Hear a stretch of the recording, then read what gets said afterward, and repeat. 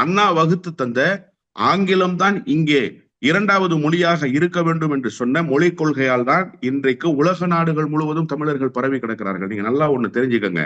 இன்னைக்கு தகவல் தொழில்நுட்பத் துறையில கோலோச்சுகிற இடத்துக்கு வந்து சேர்ந்திருக்கிறார்கள் தமிழர்கள் என்று சொன்னால், உலக நாடுகள் முழுமைக்கும் கார்ப்பரேட் மயமாக்கி இருக்கிற இந்த உலகத்தில் எல்லா இடங்களுக்கும் நீங்க தமிழர்கள் வந்து சேர்ந்திருக்கிறார்கள் என்று சொன்னா அண்ணா வகுத்து தந்த மொழிக் கொள்கை தான்.